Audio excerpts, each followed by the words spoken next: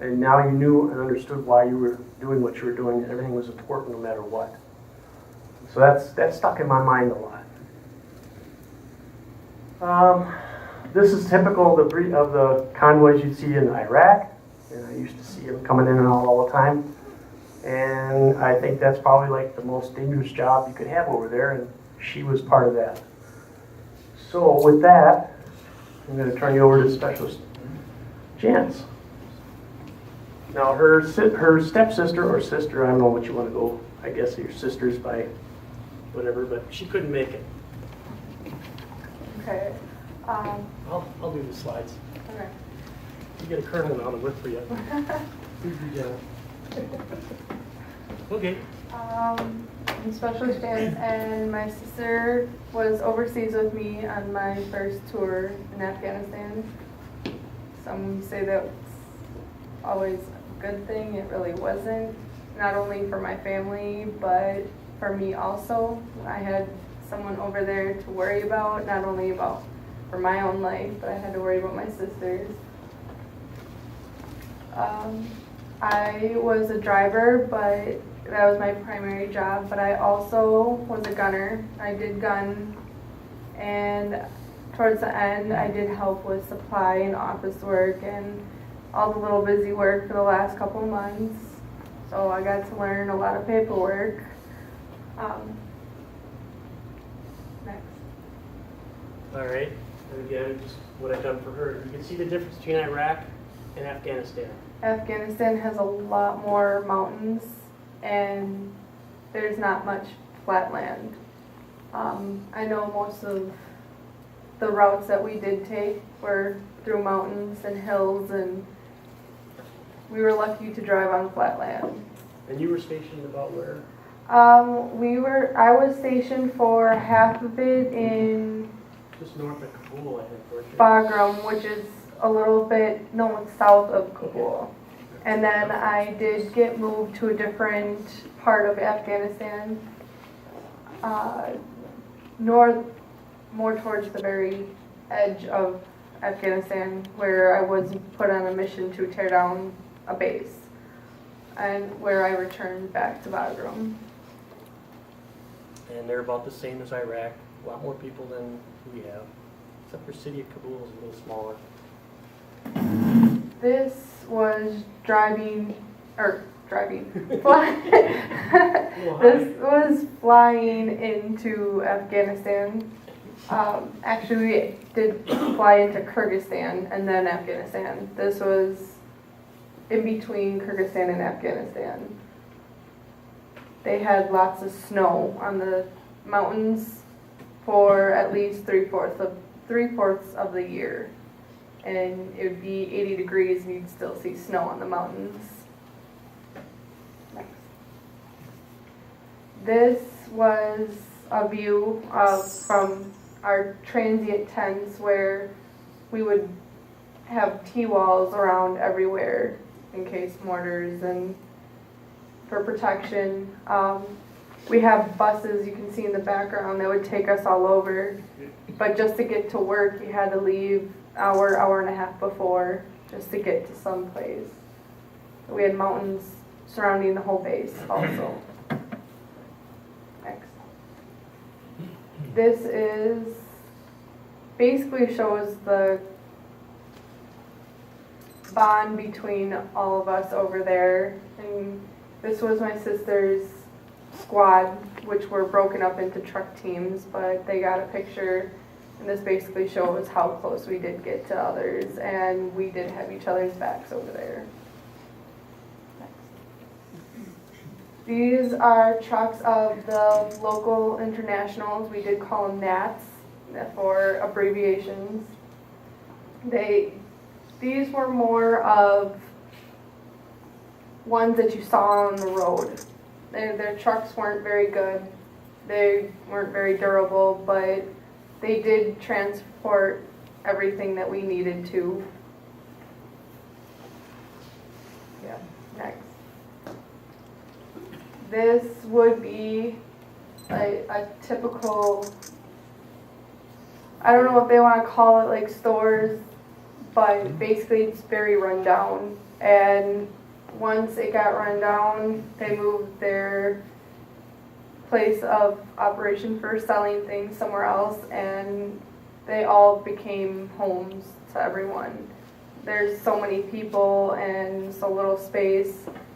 They lived in buildings that didn't have windows or maybe a ceiling or holes in the floor. They didn't have very good living conditions. They did a lot of farming. They did a lot of produce where they'd sell and then use that money to make more plants, and their life just consisted of working, which was basically farming. It's nothing like us where we go to our jobs and sit at a desk or work at a store. They basically sell food the whole time, or maybe clothes that they make. This is what a convoy would look like. Or a counter. Yes. And this was trail, so the vehicle taking the pictures trail. We always had a whole bunch of vehicles in front of us that we did have to keep track of. They had people on the side of the roads. They'd have 2 lines of cars next to us. We'd have to share the road.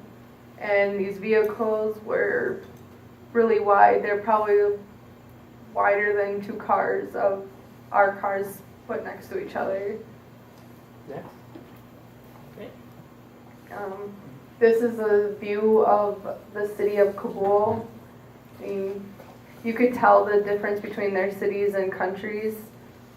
If they had big buildings, that was a city. And it didn't even have to be anything fancy. It could just be a bunch of mud huts that they lived in. Next. This is in a base. We did have to patrol our own vehicles at times. Not all of our vehicles were secured with guards. We had to guard our own trucks, which means we made shifts and stayed up maybe 6 hours, got 4 hours of sleep, next person. It would just be a rotating there. It was a rough time, but... How was it signing for equipment? You were telling me. It would be broken down from our platoon leaders, which would be lieutenants, and then we went from the commander to the officer to the platoon sergeant, and all these people had to trust each rank down that signed for the stuff. The commander would sign for all the vehicles, and we had maybe 10 vehicles for each platoon, and 12 vehicles for each platoon, and there was 3 or 4 platoons. And then they'd sign it down all the way down to the TC, which is the truck commander, which is in charge of one truck with the people, the gunner, the driver, if there's a medic dying.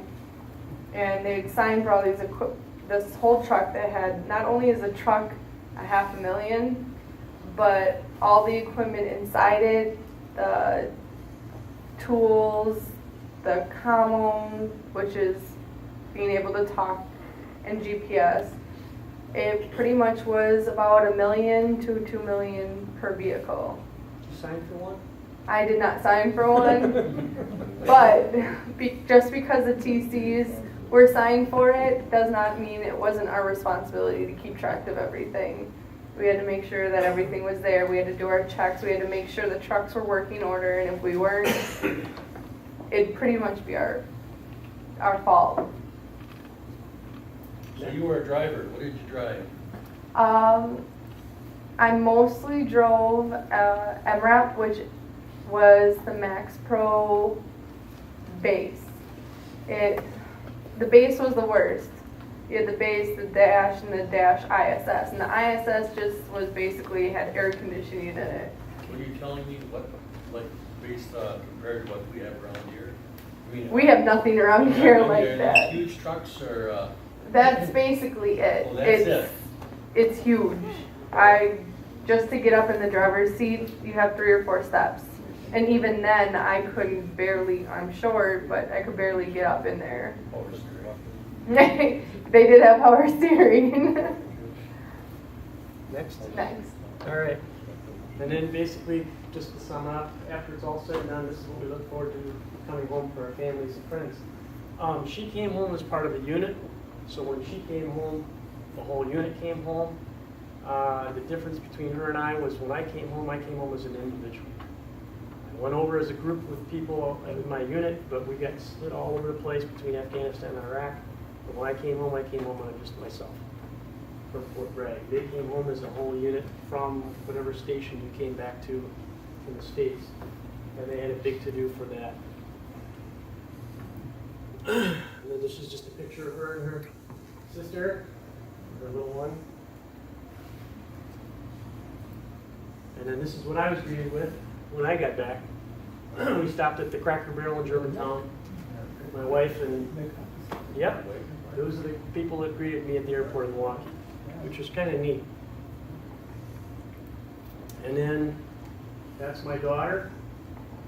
And then that's my father, and my granddaughter, his great-granddaughter, Reg. She's a hoot. And then questions. I know we kind of went through it as fast as we could. The quarters where you were staying or you lived, how many were in a unit? Room for how many? It depends. Like I said, I got moved halfway or a third in between, went somewhere else. But where I was stationed, primarily it was 2 people per, we call them chews. Yeah. It was those containers. Chews. You could Pods. barely fit 2 people in there. You could fit 2 beds and 2 lockers. Any extra room was walking and getting dressed space, and you didn't even have room for that. But when I got moved, it was tents. We did bunk beds and a lot more room, but air conditioning wasn't good, and heat in the winter wasn't very good, and the power would always go out.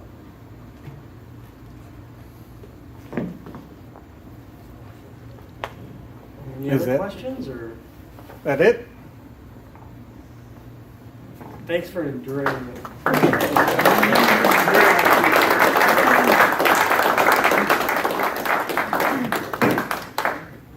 Totally different perspective, but I really do look up to the younger soldiers that had to do what they had to do.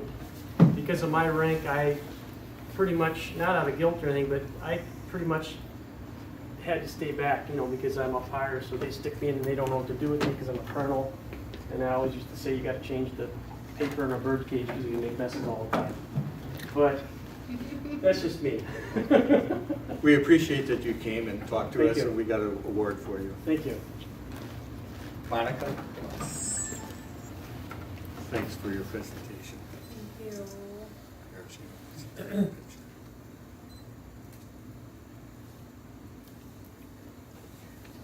Got it, Bob? I think so.